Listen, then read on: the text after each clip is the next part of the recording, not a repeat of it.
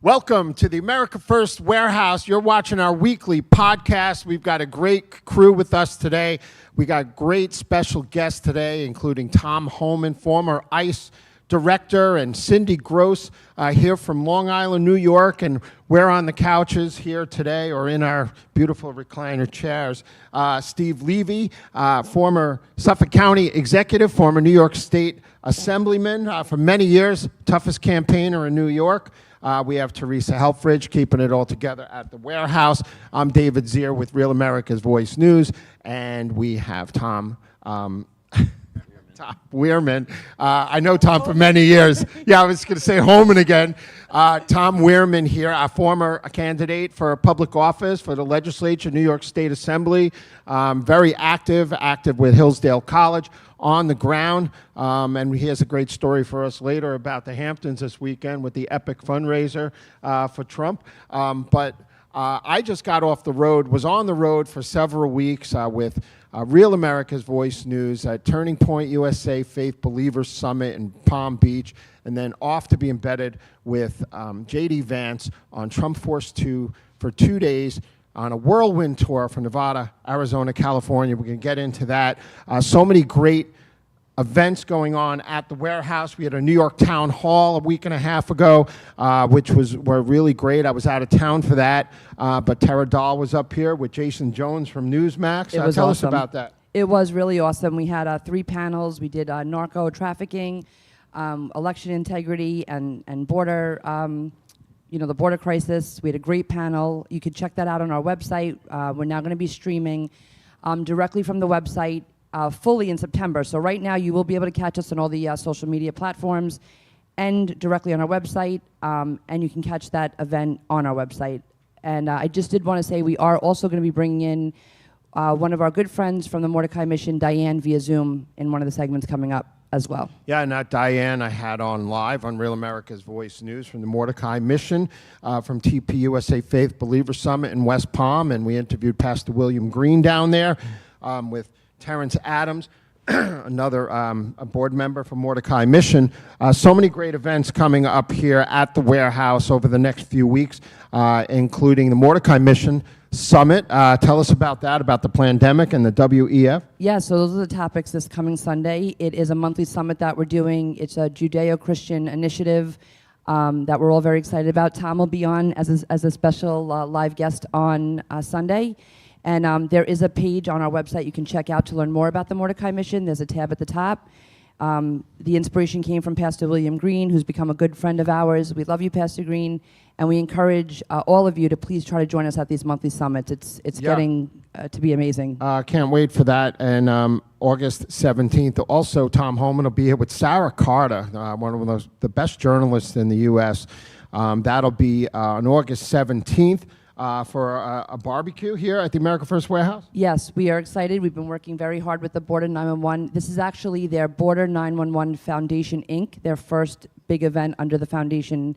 And they are very excited. Tom will be here with 3 special guests, Sarah being one of them. And the next day, in our complex, the Iron Sights will be having a Tunnel to Towers event. Yeah. And the Border 911 team will still be the here day for that. after, on the 18th? It'll be the day after on the 18th, yep. So we're very excited. You can check that out on our website as well. And we also have a couple more events just to mention here. We will be showing Kash Patel's great new movie from War Room Films. Steve Bannon makes the best movies. My favorite one, Generation Zero. Go check it out, about how the liberals in the 60s took over Wall Street, Hollywood, and our government because they're spoiled, pampered babies. But we have in September, I think it might be the 14th. We're going to verify that? So, yes, I can come back at the end and tell more about the details. But September's getting really packed. The first Saturday in September, we have a Moms for Liberty event. Yeah. The second week is the AMAC Boot Camp for Boomers. We are so excited. Lee Zeldin will be here, and Peter Navarro, which we're very, very excited about. Rebecca Weber. There's a great, great event, and Rav is, I think, an instrumental, partner in that event. So we're very excited. All right. Well, a lot going on here. So many things going on in the news cycle. I wanted to get into the issues of the day really fast here. But before I did, I just want to mention being on Trump Force 2, embedded with 5 other correspondents. the Trump campaign has their act together, and it felt very presidential, and they were on the ground. And J.D. Vance was getting 5 to 10 times more people than even Biden gets at rallies. 3,500 in Henderson, Nevada. Later that day in Reno, 3,000 people. The next day in Arizona, thousands of people. Huge overflow and 115-degree weather. Are you there- saying you were on Trump Force too? I was on Trump Force When are you going too, to hire me as your assistant, embedded Dave? with What J.D. the Vance. heck, guys? It was great. He gave us a presser. You're running. You're with the press pool. You're actually physically running to and from the plane to the cars. You can't saw hold you up with your suitcase on the that on the motorcade. street. I had a suitcase. I didn't know if you were under hitchhiking, the but he wing. was on Trump Force too. But just wanted to mention before we get into the issues that J.D. Vance could not have been nicer. Very personable. Came up right away every time to the 6 of us in the pool. He's a busy guy. Hello, how are you doing? Bantered with us every time, and then gave us a presser on the plane. So really down to earth, very comfortable kind of setting. And I do want to Working-class guy. say, what made me fall in love with him was watching Hillbilly Elegy. It really puts him in the light of a real American, rags to riches, Yeah, went through great a hardship. book. And I Yeah. always say now, he took himself out of hell. Maybe he can help take America Isn't out of everything hell. turned on its head? There was a time when Democrats were the party of the working class, right? And now they're the party of the highly educated, coastal elites. And that's what Kamala Harris is. She is an elitist. She was, born into privilege. Marxist privilege. Yeah, she had professors as parents who were Marxists, right? And then you have J.D. Vance coming from very humble roots. Everything has been tipped on its head. This election, And he it's- promotes upward mobility, and he struggled his whole life and still has an optimistic image of America. Dave, he's not so far removed from where he came from. He's only 39 years old, and he hasn't been poisoned by politics, by being in the Senate only 2 years. Let's say Joe Biden came from not much when he was a kid. 50 years of a political career, you are completely corrupted. So, we're looking at a man like J.D. Vance, who is 2 years, not corrupted, and he understands what the people are going And through. he wrote in a Hillbilly Elegy, he was only 31, Steve, that he didn't ever do anything quite that extraordinary at that point, to paraphrase. Well, that's but the he beauty. did so many things quite ordinary, and he's proud of that. I am too. Right, Teresa? I think that's huge. I want someone who really has a stake in this country like that, and who, he has children here. I'm loving him more every day. And Tom Homan's going to be on our show in a little bit, and he's all about illegal immigration. And this is another issue that we have to pound on, and that's hopefully something that Vance can do, because the illegal immigration onslaught that's been done on purpose by Biden and Harris is impacting all of those working class whites, blacks, Hispanics. And when we talk about the problems with illegal immigration, it's not only the strain it creates on your hospitals and your schools and the fact that you have terrorist cells coming over here, it's the suppression of wages. These guys, the elites in the Democratic Party now, the Wall Street elites, they loved shipping our jobs out to China and overseas, and it's the forgotten man in Wisconsin, in Minnesota, in Pennsylvania, in Ohio that Trump won, and Vance has to really capitalize And on. Steve, all of the job growth in America has either gone to part-time work or to foreign workers, right, Tom? Yeah, so I think when Or we're talking government about And jobs, government work. I think when we're talking about jobs and messaging for the Trump and Vance campaign, I think one of the things that they do need to change in their messaging is stop saying that these illegal aliens are taking black jobs. They're not taking black jobs. What is a black job? They're American jobs. Blacks are Americans, and we need to stop segmenting into a separate group altogether. If we're going to be successful as a Republican conservative party, we need black people to recognize themselves as Americans first, black second. And Look, sh- I'm yeah. Italian-German, right? But I am an American first. Amen. That's what I say. We need to make sure the blacks feel like Americans. And Trump clarified in that national NJB Yeah, he that inartfully made the point, but he said the point all is still jobs. there. He said, I'm The referring point to is still all there. jobs.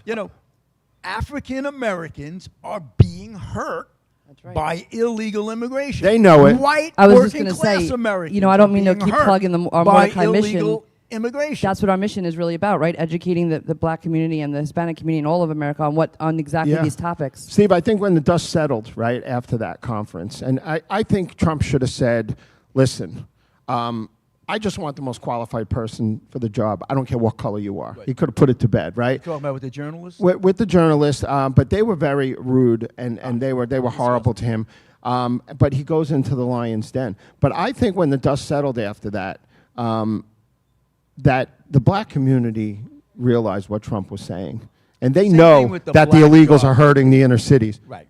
They know it. And, you know, the thing to keep on hammering on is, you know, the black community, who was hurt by defund the police that Biden and Harris put into effect? That Waltz, her VP choice, sat back while Minnesota burned absolutely and did. did nothing. Who got hurt by that? Minorities in the inner cities. I don't care what you say. Their own There were- community suffers. There were thousands Yeah. of minority children and adults in coffins today Yeah. because of that. And small defund the business police. owners who brick and mortar operations burned to the ground. That's right. I think there's a shift happening, though. You see more and more coming through everywhere. Every time I turn on any kind of media, all I'm seeing are a lot of black people saying we've had enough. They're waking up. They're sick of being pawns. What do you think, Tom? Trump polling at 18% with black vote, 47% with Hispanics. Well, I think it's actually going to be a lot higher than that. I think, and but we've been seeing this, you know, throughout the years. You know, Kamala Harris is probably getting a little bit more of a bump now, but obviously because the Biden campaign was such a disaster, it was automatic that she was going to get a bump in the polls. She's probably making a lot of inroads, and from what I've been hearing, with black females. But again, this is just, I think this is temporary. I think people are smart. They're seeing through the facade, and they're tired of being used. I think black people are tired of being used as a guaranteed black vote for the Democrat Party, because the reality is, it doesn't matter if you're black, white, red, yellow, I don't care what you are. You've been affected by what's going on over the past 4 years. You can't afford your food. You can't afford your fuel. You can't afford so many other things, and it doesn't matter what color you are. Yeah, and we're going to spend the last 2.5 minutes on that really quick. But Tim Walz polling with a 54% approval rating in Minnesota can bring out some more Democrats because he's like a seasoned veteran in the biz, congressman for 8 years or so.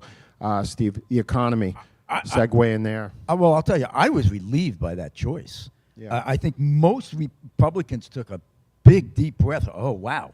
We thought it was going to be Shapiro. And we thought that might have bolstered up not only Pennsylvania, but assuaged a lot of Jewish Americans on the fence to say, hey, I'm going to go with Shapiro. I think it's mind-boggling that they did not, because any consultant will tell you that's the pick. But it shows It's a you how cost-benefit anti-Semitic. analysis, right? What's that? It's a cost-benefit Sure. analysis. But it shows you how anti-Semitic that party has become, that they couldn't do the logical thing. In choosing this guy, they had to go to a guy who would do no harm. He adds nothing to that Yeah. ticket. They're going to win Minnesota anyway, I think. I know it's closer than it's been in the past. Minnesota's a toughie.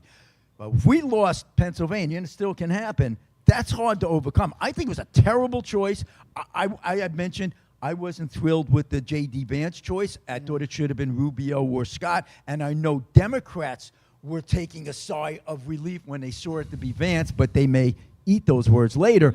But now I just could not Well, believe Trump was that he closing the chose- gap in Minnesota, so I Yeah. think I they're can't also believe they worried about chose that. White. You know what, Yeah. Steve? Though, you know, I think, and I'm guilty of this as well. You know, but before any VP pick is chosen, we start really thinking about, well, what's going to get them more votes? What's going to really help the ticket? So on and so forth. The reality is that maybe is something you think about within 3 days after they make that VP pick.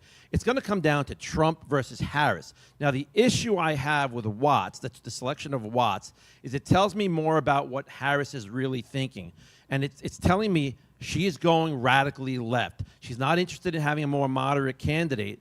And that's dangerous for the country if they win. Now, It's God the forbid, most listen, liberal ticket in our history. That's my point. That's Terrifying. my point. It's a very liberal ticket, and that's dangerous for the country if, God forbid, they win. It wasn't just the Jewish element. It was also the school choice element. Yep.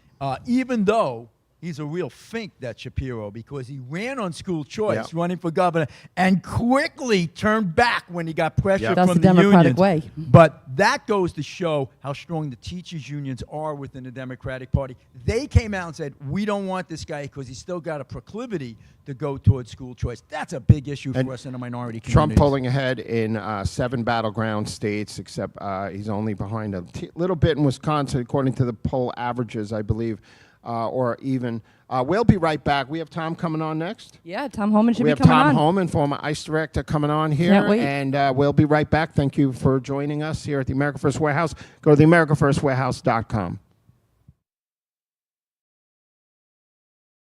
I'm Kevin Sorbo. Now, many of you remember me as Hercules, facing incredible odds for the world that he cherished.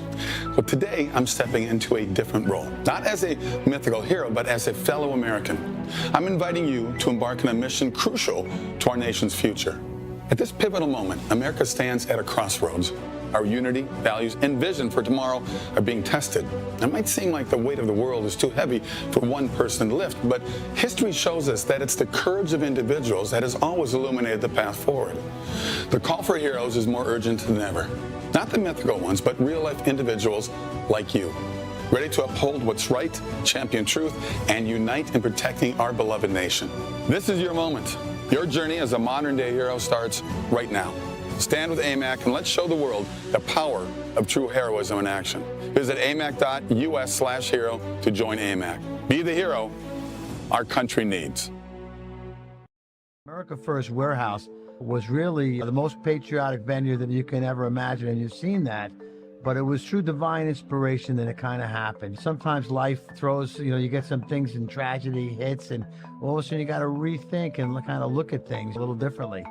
But we wanted to build something for people to be able to come to and feel so comfortable and so relaxed, because there is nothing out there like it.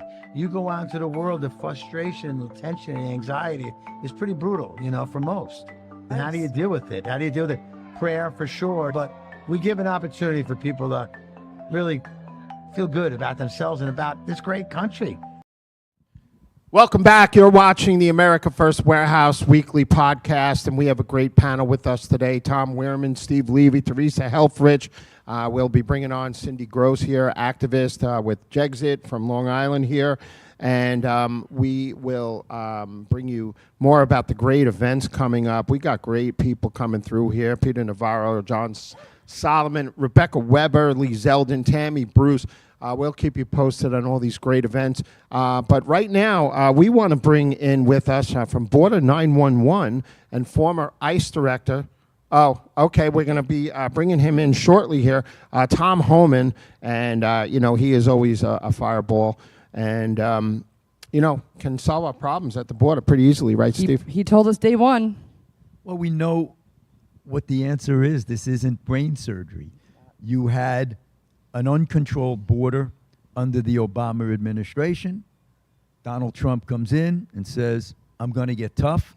We're going to have remain in Mexico. And more importantly, it's messaging. When it comes to illegal immigration, messaging is the most important thing. When you, like an idiot that Biden was, says, we want a surge, come on in, you're going to get a surge, okay? When you say, no, we're going to deport you like Trump did, people say, well, maybe I won't make this long, dangerous trek. So messaging right off the bat is so, so important. But hopefully, the American public is wising up, and they're going to realize this election, the whole master plan behind this Democratic surge was to have these people voting. And I want to talk to Tom. I can't wait to talk about this app that Biden put in, which is totally illegal. Yeah. But they're saying that the numbers in immigration have come down, illegal immigration. No, they haven't. They're just calling them legal now because they say, sign up on the app, and we suckers in the American taxpayer coalition will pay for you to come over, and we'll give you a Social Security number, and you'll be voting soon. This is the absolute corrupt thing about the entire aspect of illegal immigration. We were always worried about those who were illegally crossing the border, maybe getting through a hole in a fence or something like that. That's only about 500,000 to 600,000 people now. They don't need to do that. they coordinate themselves with the American government to get over the border, in a sense, legally. It's And illegal, but right. they call it. And listen, legal. there's a bill in the Senate that's not obviously not passed yet, but this is something that Kamala Harris is gonna want passed. She's gonna say it's the strongest bill, and it's gonna put more money into border security. But all it's going to do is hire more border security to process more people quickly, And change which will diapers. bring more people into the country who Yeah. shouldn't be here. This is madness. You know- we are helping them bring illegal people into our country and use up our resources and vote. It's The incredible. CBP One app has been devastating, legalizing illegal immigration. And we, just have Ben Berquam down at the border. I was supposed to stay with the J.D. Vance team to go to Montezuma's Pass for last Thursday, but I had to leave for another event. And, he goes to the border.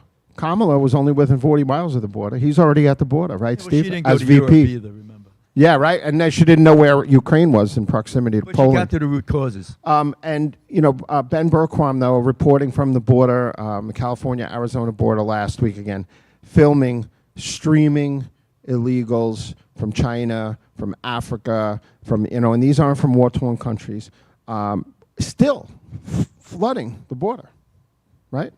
And many people don't realize this. There was a lawsuit in the Trump administration. Remember, they called it the Muslim ban on immigration. It was never a No. Muslim ban. It was a That security was the press ban. playing that game.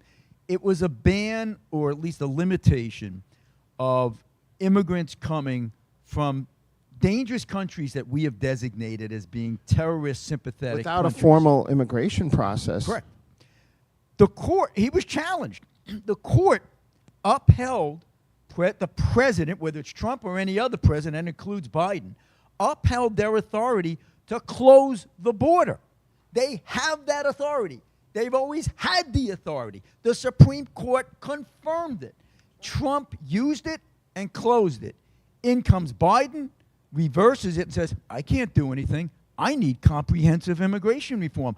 I need a Senate bill to pass, which is total nonsense. And we know it's nonsense because when that bill did go nowhere, as we're approaching the election, he said, I better do something, so I'll start implementing some executive orders as though we believe him that he's really going to make this a constant thing. Don't be fooled. Teresa, what do you say?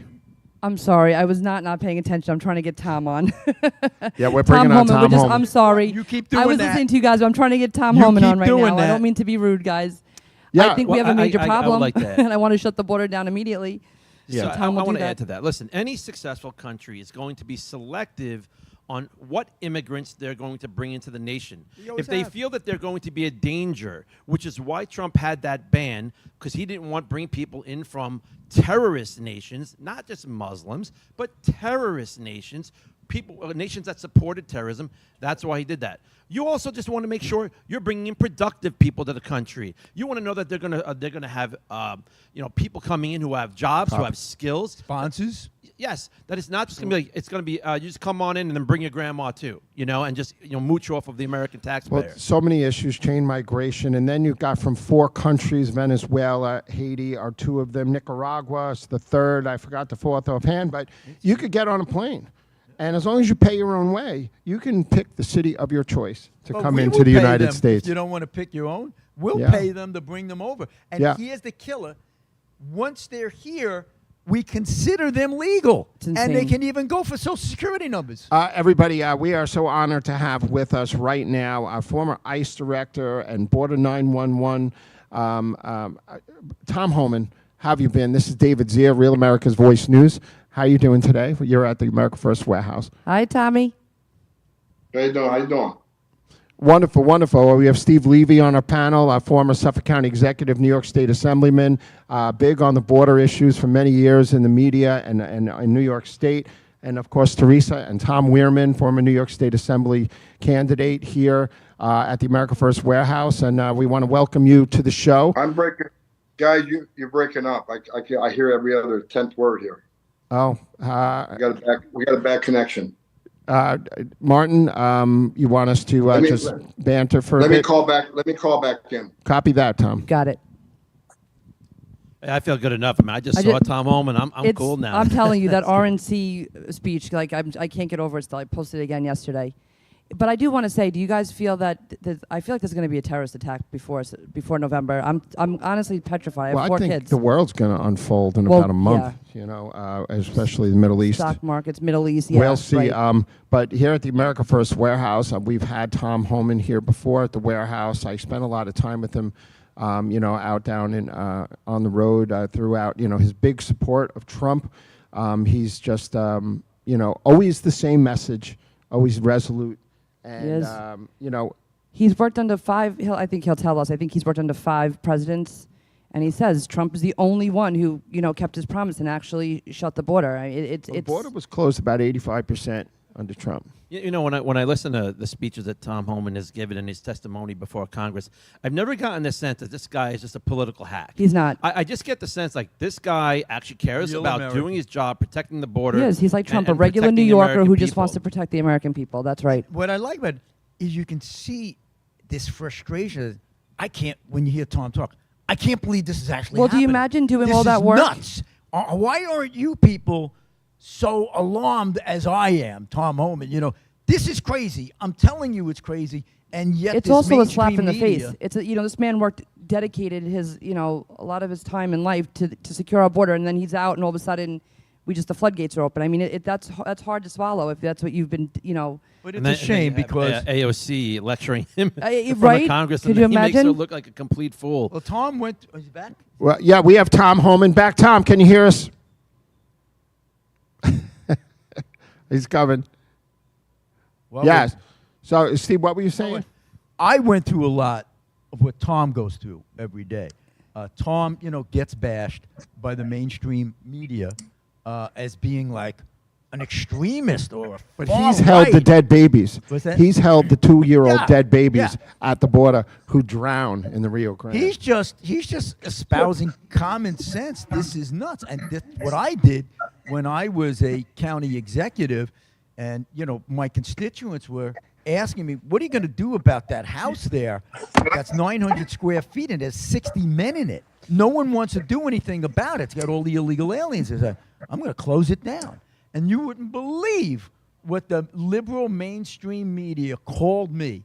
A race beta, anti-Hispanic, xenophobic, Yeah. nativist, So I see what that, liberal media does. And Tom goes through the same thing, but he's so tough. And you were the he's so county tough. executive when Lucero was killed in Patchogue, right? But you had a very reasonable message, right? That you don't condone that at all. But you also can be tough on illegal immigration. Sure. I mean, I don't care if you're legal or illegal. You're a human being. You should be treated with respect. You Right. shouldn't be a subject of violence. If you are attacked, you should be able to come forward to the police, and we're not going to ask you your status and deport you if you're a victim.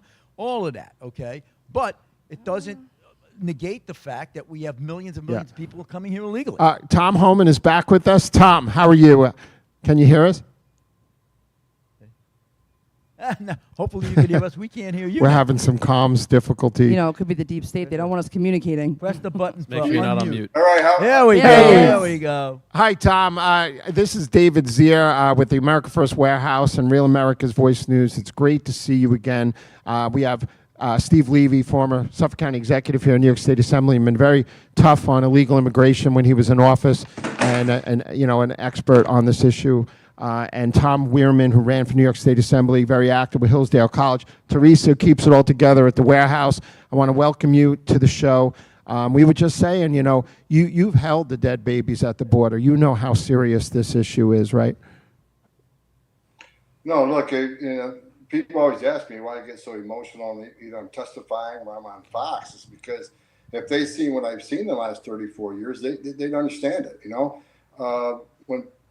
When President Trump had the most secure border of my lifetime, when 90% less people were coming, how many women weren't being raped by the cartels? How many children weren't dying crossing the river? How many Americans didn't die from drug overdoses of fentanyl coming across the border? How many known suspected terrorists didn't make in the country? President Trump's policies saved lives by the thousands. Yeah, 100%. Tom has a question for you. I know Steve was anxious to speak with you as well, Tom. Yeah, so again, thanks for coming on. It's an honor to speak to you, Mr. Homan.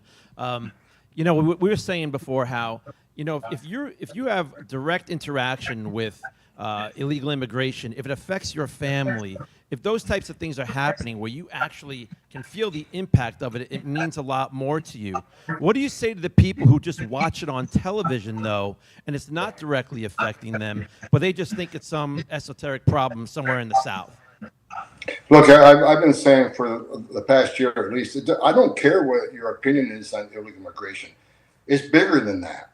But with this administration causes a crisis as big as it did, illegal immigration, whether people want to think it's a victimless crime or not, when they overwhelmed the Border Patrol, we're 70%, 70% of agents are pulled off the line to deal with this humanitarian crisis, illegal immigration. When they do that, that means 70% of law enforcement is no longer on patrol, which means that's when the fentanyl comes across that killed 148,000 Americans this year. That's when no inspected terrorists are going across. That's when the sex trafficking of women and children happen. That's when that 2 million plus gotaways come across, because there's only 30% of the patrol left on patrol. So the cartels, they create gaps. When they overwhelm the Border Patrol, they'll send a group with 200 families to a certain area, knowing whatever's left on the border will seize the opportunity to deal with that humanitarian crisis. When they do that, the cartels create gaps. That's when they move the dope. That's when they sex traffic women and children. That's when no inspected terrorists coming in. So regardless what anybody's opinion is on illegal immigration, when you cause a crisis this big, it causes a national security crisis on no inspected terrorism. It causes a national public safety crisis for gang members and criminals that don't want to get caught, become a getaway. And it creates a 600% increase in sex trafficking of women and children. And for people that say it don't affect them, I'll say this. 148,000 overdose deaths of fentanyl in 1 year. Fentanyl is making it into every town, city, and state in this nation. And if you haven't suffered a close friend or relative dying from fentanyl, chances are you're going to, because fentanyl is a poison being distributed in this country by the criminal cartels. And let's just talk about when you bring millions of illegal aliens in the country, they're going to find a job, and they're going to undercut wages for American workers. And let me give you one example that happened to me personally. I had to have a roof replaced after a storm on this home here.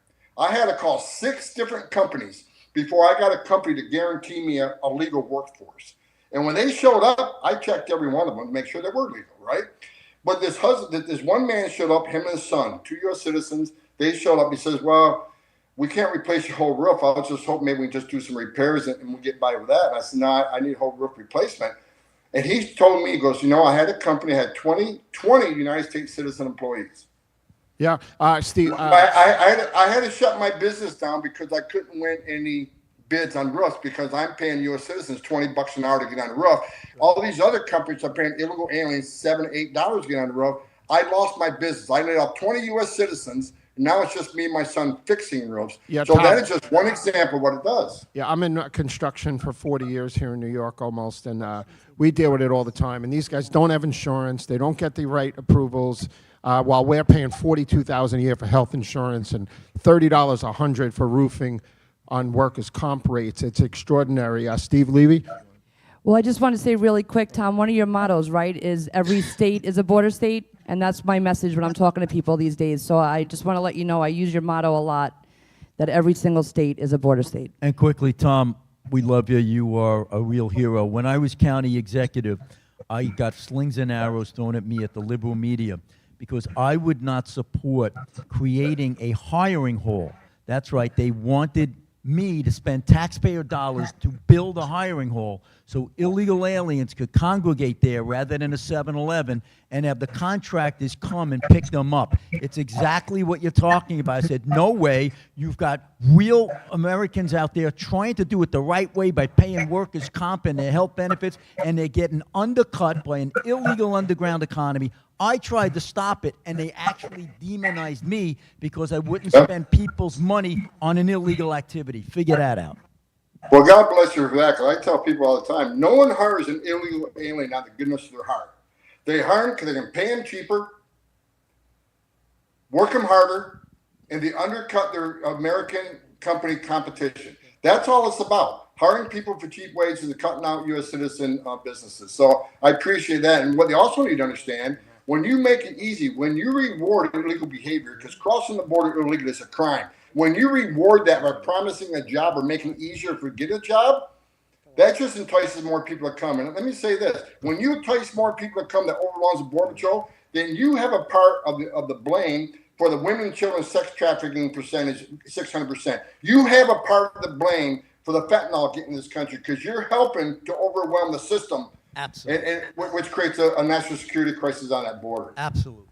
Hey, Tom, you just laid out a massive case as to why allowing this massive flow of illegal immigrants into our country is absolutely insane and traitorous to our nation. Why do you think the Biden administration and what could be a Harris administration, they know all this? Why do you think that they are wanting to allow this to happen? Is it simply because they want to turn these 20 million illegal aliens into citizens and allow them to have complete control? Is that the reason? Well, there's a lot of reasons. First of all, I want to make it clear, everything I'm saying here today is from Tom Homan, former ICE director, 34-year veteran. Has nothing to do with Border 911, so that's a 501c3, so I can't be political. If I'm talking outside of that, I'm talking as Tom Homan, former ICE director. Look, everybody asks me all the time, why are they doing this? Because I say all the time, what's happening on the border isn't incompetence, it isn't mismanagement, it's by design. Joe Biden ran on open borders, so you got to give him credit. He kept his promise. During the campaign, he says he wanted free health care for illegal aliens. He wanted to end deportations. He wanted to shut down ICE detention. And not only free health care, but he promised an amnesty program. So when you make that type of promises to the most vulnerable people in the world, who wouldn't want to come to the greatest nation on earth? Because they know now you can cross the border illegally, you'll be released within 24 hours, you get a free plane ticket to the city of your choice, we'll put you in a hotel room free, we'll give you 3 meals a day, plus free medical care. Who the hell wouldn't come? So why are they doing it? For 2 reasons. Number one, they think they're future Democratic voters. Obviously, they see a future political benefit. But when I explain to people, we don't even have to do that. We don't have to get that far because Joe Biden, when he signed 94 executive orders abolishing everything we did to create the most secure border, he also overturned the Trump census rule. Joe Biden will now count illegal aliens in the next census. So these millions of illegal aliens being pushed to sanctuary cities during the next census, they'll be counted. And what's that mean? More seats in the House for the Democrats. Complete control of Congress forever. That's why they're doing this. They see a future political benefit in all this. Yeah, Tom, I've covered over 100 Trump events on the road with Real America's Voice News over the last 5.5 years. And the message on the ground from real American people and their voices is always border, then inflation, then national security, which ties back around. What is the actual economic impact, and how much does the taxpayer pay per year on an annual basis for the border, whether it's criminal, prosecutions, the court system, the benefits? Is it a couple of $1,000s a year per citizen? I don't know what the breakdown is per citizen. You can go to CIS.org. They have that all broken down by various years. You actually look at the data. I just know right now that illegal immigration costs this country $63 billion a year. Yeah. Billion with a B. So it's just not the cost. Look, and this is where when Trump becomes president again, which he will, this is why we need to he gets a lot of hate. I get a lot of hate. I spoke at the RNC and I said, we're going to have the biggest deportation operation in history of the country. And we're going to, because we have to. Why? Because you can't, the law requires it. You can't demand millions of people have a right to claim asylum, have a right to due process, and based on immigration court data, 9 out of 10 of people that claim asylum at the border will get a removal order because they simply don't qualify. So what happens at 9 out of 10? They get released. They never leave. The Homeland Security Life Cycle Report says only 6% leave unless they're detained. So President Trump had it right. Wait a minute. Now, if 90% fail the test and they order remove, only 6% leave, why the hell we keep releasing them? So that's why we end up catching release. So reason we need a historic deportation operation, because we got historic illegal immigration where 90% will get an order removal. If you don't remove them, what's the option? They'll hide out long enough and wait for the next amnesty to roll around, then we reward them. We got to stop rewarding illegal behavior. Yeah. Hey, Tom, the number of illegal aliens, if you ask different people out there, different organizations, it will vary from, it used to be 11, remember the 11 million figure before Biden came in? That was the figure that, and even then I think it was twice that amount. Over the last 4 years, how many people do you think came in illegally? Because I've heard estimates between 4 and 10. And who's your source? What do you think that real number is? Well, see, we don't know the real numbers. Let me explain why. First of all, we got 10 million, a little over 10 million encounters on the southwest border under Biden already. Okay, add that at least 2 million known gotaways. So now you're at 12 million. Now the unknown gotaways. The known gotaways are tracked. Border Patrol counts them based on evidence, means they're caught on video, drone traffic, central traffic. There's an image of them coming across the border, but Border Patrol couldn't get to them because they're too busy changing diapers, making baby formula, and making hospital runs with a humanitarian crisis. There are large parts of the border, like the Big Bend sector in Texas, Big Bend National Park area, where there's no technology. There's no cameras. There's no drones in that area. So you could have 1,000 cross through the Big Bend sector in a day. You wouldn't even know it. So what is the unknown gotaway number? Now add to the 10 plus the 2 plus unknown ungotaways, right? Let's add the thousands they're bringing in through the PCBP-1 Act illegally. Let's add the thousands they're bringing in through the CHNV, bringing people from 4 different countries directly into our airports. Add those thousands. So, we used to say 11, 12 million. I think that's a bunch of crap. We've been talking 12 million for a decade. I think we're well over 20 million, and it could be higher than that. Yeah. Tom, we're out of time here. We have about 30 seconds. Talk about the August 17th event at the America First Warehouse with Sarah Carter, Rodney Scott, and Derek Malt. Okay, so let me flip the script. Now we'll go back to Border 911, which is a 501c3. What's going on at First America Warehouse? We're doing a non-political event. This is an educational series. We're going to come up and speak the truth about the border. We're going to talk about the numbers. We're going to talk about the way to fix it. We're going to talk about the fentanyl, the no suspected terrorism. We're going to give people the facts about the border.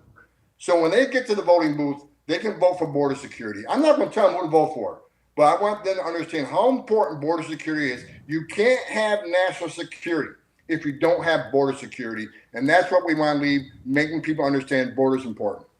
All right, Tom Homan, everybody, former ICE director, Border 911 Foundation, correct, Teresa? That's right. And Tom, I think you're with us next Tuesday as well for our podcast, so we'll see you next week as well. Yeah, thank you got so it. much. Keep up the great work, and elections right around the corner. All right, everybody, Thank when you, we come Tom. back, we'll bring you more. We have Cindy Gross coming on our panel here, and go to the AmericaFirstWarehouse.com. Go to the events tab. Check out all the great things jam-packed for the next few months. Hi, I'm Kevin Sorbo. Now, many of you remember me as Hercules, facing incredible odds for the world that he cherished. But today, I'm stepping into a different role. Not as a mythical hero, but as a fellow American. I'm inviting you to embark on a mission crucial to our nation's future. At this pivotal moment, America stands at a crossroads. Our unity, values, and vision for tomorrow are being tested. It might seem like the weight of the world is too heavy for one person to lift, but history shows us that it's the courage of individuals that has always illuminated the path forward. The call for heroes is more urgent than ever. Not the mythical ones, but real-life individuals like you, ready to uphold what's right, champion truth, and unite in protecting our beloved nation. This is your moment. Your journey as a modern-day hero starts right now. Stand with AMAC and let's show the world the power of true heroism in action. Visit amac.us/hero to join AMAC. Be the hero our country needs.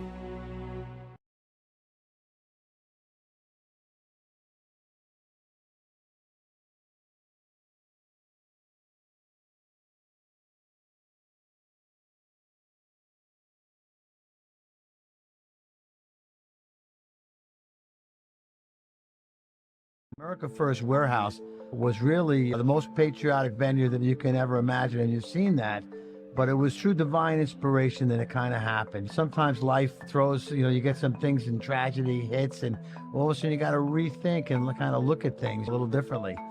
But we wanted to build something for people to be able to come to and feel so comfortable and so relaxed because there is nothing out there like it. You go out into the world, the frustration, the tension, and anxiety is pretty brutal, for most. And how do you deal with it? How do you deal with it? Prayer for sure, but we give an opportunity for people to really feel good about themselves and about this great country. Welcome back. You're watching the America First Warehouse Weekly Podcast. We've got a super panel today with Tom Weirman and Teresa Helfrich. Steve Levy just left. We just had Tom Homan on. Just an incredible force and can fix our problems at the border. And while we wait for Diane Rivera from the Mordecai Mission, we have Cindy Gross with us, who's a member of the National Diversity Council for Trump, right? Coalition for Trump. Pastor Darrell Scott's group. I spent time with Pastor Scott over the years. Really is a powerhouse, and you guys are doing great work. And you're also the host of Right for America on WGBB, and you're known as the Jewish Patriot. Hi, Cindy. Hi, nice to see you all again. And Up a little bit. join your conversation about the vice presidential pick. Just turn your mic on. Oh, sorry. Yeah, we left it. I just want, the mic was off, so let's just, Cindy, tell us about yourself. So I have been a Jewish activist many years, and I'm not one of these people that has to Jexit, although I've become the tri-state director. I was always a proud Republican. Yeah. I actually sat in the audience when Ronald Reagan spoke at a temple. I actually was at the initial inauguration of Donald Trump, looking forward to the next one. And I had the privilege of being at many of the highlights of his administration, including the embassy opening in Jerusalem. I was at the signing of the executive order to combat anti-Semitism, which many of the Democrats are using now in their lawsuits against all the college campuses with all the rioting. It's very funny to watch how they're benefiting from the Trump administration's work. Now, wouldn't it have been smarter for them to keep Shapiro on the ticket, or they're so afraid of losing Michigan and Minnesota because of the pro-Palestinian vote? Well, it's very funny you say this because yesterday there was a lot of talk about Josh Shapiro kind of taking a stand, embarrassed about his Judaism, embarrassed about his bar mitzvah how many decades ago where he supported Israel. So in a way, it's like karma. If you have to hide your Jewish pride, I don't care whether or not he has a kosher kitchen or whether or not his kids go to Jewish day school. I have a kosher kitchen. My children went to Jewish day schools, but I'm a proud Republican. I support the Constitution. I support freedom, family, and faith. Yeah. So, when it comes to them not choosing Shapiro, and what that told me is that, and I think we knew this already, they don't really care about they don't care about Jewish people. They don't care about, and they don't really care about getting the Jewish vote anymore. Because we think about it, the two states that have the most populous Jewish population, New York, about 1.7, 1.8 Jewish people. California's got 1.2, 1.3. Those states are locked in typically for the Democrats. They don't have to appeal to the Jewish voter. They don't really care. And now the radical wing of their party is outright anti-Jewish. What do you think about that? Okay, first of all, I think Florida now has surpassed California as far as the Jewish vote, and we know that the Jewish vote down there is mostly Republican. We're seeing that all over the state of Florida, thanks to Ron DeSantis. I'm going to talk about two different things that, as a Jew, I could talk about. One is Jewish donors and money. I'm very surprised that she didn't go with Shapiro because there was a big issue about a lot of Jewish donors leaving the party. And picking Tim Walz is very obvious based on his record as a congressman and a governor. Not only is he one that doesn't support moderate views, but he is sympathetic to the Palestinians. We have 8 Americans still hostage. Forget that they're Jewish, they are American. And that they will not do anything in their administration to help that situation. That, to me, is a flag for common sense voters. The fact that she went with a state where she thinks she's going to get the Midwest, when J.D. Vance is also from the Midwest. And I have a story about J.D. Vance, about how pro-Israel I know he is, because I had the privilege of meeting him when he was running for Senate. And I know his closest friends are Jews from my community who were friends with David Friedman and part of that whole group of Avi Berkowitz, Aryeh Lightstone, that not only Jews, but common sense Americans and people around the world can't wait to get back into the administration so that they can continue the work on the Abraham Accords. Because right now, every American is scared about what's going on in the Middle East. I know I am. Yeah, I interviewed families of American hostages at the RNC in Milwaukee, and one of them a soldier from New Jersey. Nobody's heard from him, right? I interviewed the families of hostages in New York City at Harley Lippman's house, who was one of the authors of the Abraham Accords, the day before the Israeli Day Parade, when they saw those heinous signs. Probably one of the toughest things I've ever had to do. I couldn't was even interview imagine. these families, a 9-month-old, 4-month-old, a 4-year-old, brothers taken together. It's 300 days. Nobody's heard from them. I don't understand as Americans how we're not supporting our, like, the whole country should be in an uproar. I don't understand this. It really upsets me. So the Nutras who spoke at the RNC are speaking at the DNC. They were invited. I don't know if I was supposed to announce that or not, but they are. And I don't like the fact that hostage families, IDF soldiers are being used as pawns in the political game. This is human life. Yesterday was the 6th birthday of the little Bebus boy, and all around the world, Jews and non-Jews flew orange balloons in his honor, hoping that he would come back. But you know what? You didn't see that on ABC News or NBC. Yeah. You saw it among the same influences and the same Jewish publications. What we need to understand, Israel is just the scapegoat for ending democracy. And when you realize that what the Republican Party and the Conservative Party and the MAGA movement represent is the coalition of common sense, people who just want better for their children, where the Democrats are so involved in trying to please everybody who's not an American to, I guess, maybe embarrass Americans. And the best is, of course, the first endorsement was Randy Weingarten as the person who has the longest running lawsuit against the New York City Department of Education. I called out the anti-Semitism, the racism, the hate, the violations of chancellor's regulations and state and federal laws 2 decades ago. Thank you for that. She's evil.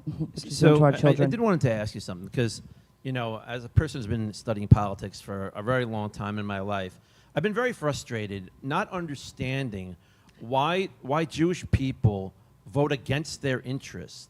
Are you seeing a change now? Now that we see the Democrat Party is honestly anti-Jew, they're anti-Semitic, are you seeing a change in mindset amongst many Jews? So I heard the latest polls this morning, and I will tell you, we are sitting in New York. First of all, Long Island, Trump is beating Harris by 3 points. And a lot of that is the Jewish vote, and a lot of that is the Jewish donors to various candidates, not just Trump, but we don't talk enough. This is a problem that Republicans have. We're not talking enough about down ballot. We must gain more seats in that House, and we must overtake and take that Senate. Because if Trump wins and we don't have either one, or God forbid that Trump should lose and we don't have that either, we can kiss our country goodbye. Jew, non-Jew. That's just the reality of it. So as far as your question, yes, I do see it. I'm now understanding the Jewish vote in New York is split evenly, and it's growing every day. I think the pick that they did pick is going to have an influence. I know that I am getting asked every day to lend my name to various Jewish groups. Grassroots people are crying out for this. My goal, though, different than other people, I believe in coalition building. I'm working with black groups, Hispanic groups, Asian groups, people in suburbs. That's the way Republicans win. We have to stop targeting this group, that group, and that we have to say we're all Americans and we're in this together. And somehow, because for whatever reason, Democrats seem to avoid that question and answer better than we do. And we have to stop targeting that. Yeah, I met with these families. They don't think the Biden administration has done anything to help them. And I was surprised because one of the panelists and with the Neustra family there was Democrat. But they also said they didn't get any help from Biden. So what gives? I have a feeling that a lot of people are not talking about how they're voting. I could tell you, I don't believe polls. Every single day I'm asked to take a poll and I refuse to do it. So I don't believe polls. I remember the night before Trump was elected, I was with David Friedman, in fact, and we were at a house and everybody was saying, oh no, tomorrow night, don't go to the city. Maybe you go to the city, because at that point Hillary Clinton was expected to win, and the parties were across the street from each other. And we know what happened that Cindy, night. I wanted to talk about hate crimes are up 39% in April in New York City. We know a lot of that's related to the pro-Palestinian assaults on Jews in the city. And is this a form of like Kristallnacht, what's going on in America today, where this is allowed on our campuses, the streets of America? I mean, crazy, right? I'm very glad you said that as a non-Jew, because today's education system doesn't want to even teach the word Kristallnacht or what that was about. Well, I was just at the World War II Museum yesterday in New Orleans, the day before yesterday, which was incredible. You have to go to this place. But they have a whole wing dedicated to the rise of Hitler in Germany and what happened before they invaded Poland. When I was organizing events in 2015 against the initial Iran nuclear deal, and I said we are living in pre-Holocaust times, I was told I was a kook. I wasn't a kook then, and now people have validated that what I said was accurate. It is exactly what's going on. But what's worse, I still have a mother-in-law alive who survived the camps, Wow. whose family survived the camps, who is reliving And there's what a they had. Holocaust survivor in captivity from Hamas right now. Unbelievable. So it's not just in the United States anymore. You know, if we look at what's going on in other parts of the world, you have anti-Semitic groups, very pro-Muslim groups, marching in the streets of England and Paris and all over the place, and they are in direct opposition to anything Jewish. So what do you say about the awakening that we're actually seeing amongst non-Muslims who are seeing an attack against Judeo-Christian values? So I'm going to say something that's going to probably shock you.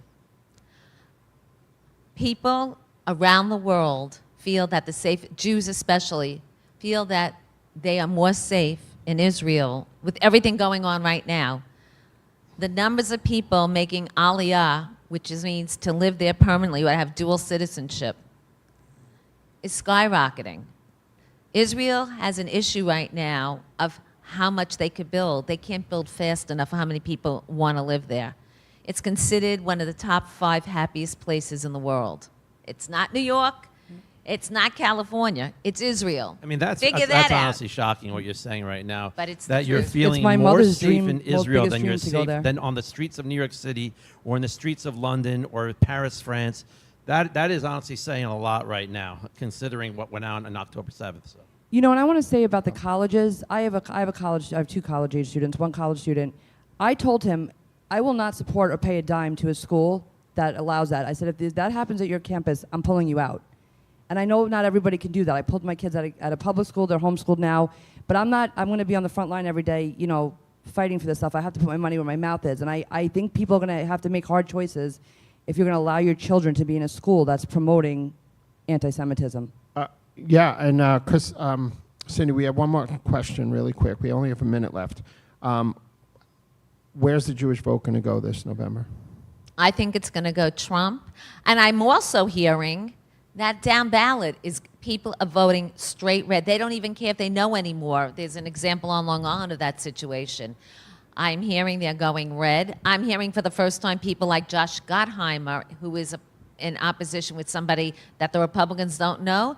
The Jews first time in his Teaneck Englewood situation are going to consider voting Republican. Are they? And here's something even more important we are not discussing at all. In Michigan, we're so busy talking about Michigan, we have a Jewish woman running on the Democratic Party for Senate, Elise Slotkin.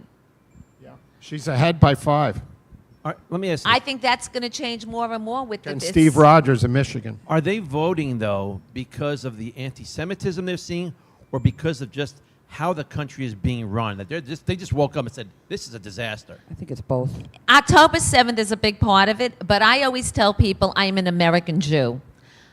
My pocketbook has been affected the same way yours has been affected, the same way someone in a black community has been affected. Going into the city, most of my friends don't go into Manhattan anymore. I won't. Yeah, it's not safe if you're a Jew in the city or an Asian or anyone else at that fact. 43,000 New Yorkers assaulted in the streets, felony assaults, misdemeanor assaults since the beginning of the year. I want to thank our panel today, Cindy Gross, the Jewish Patriot, and GBB.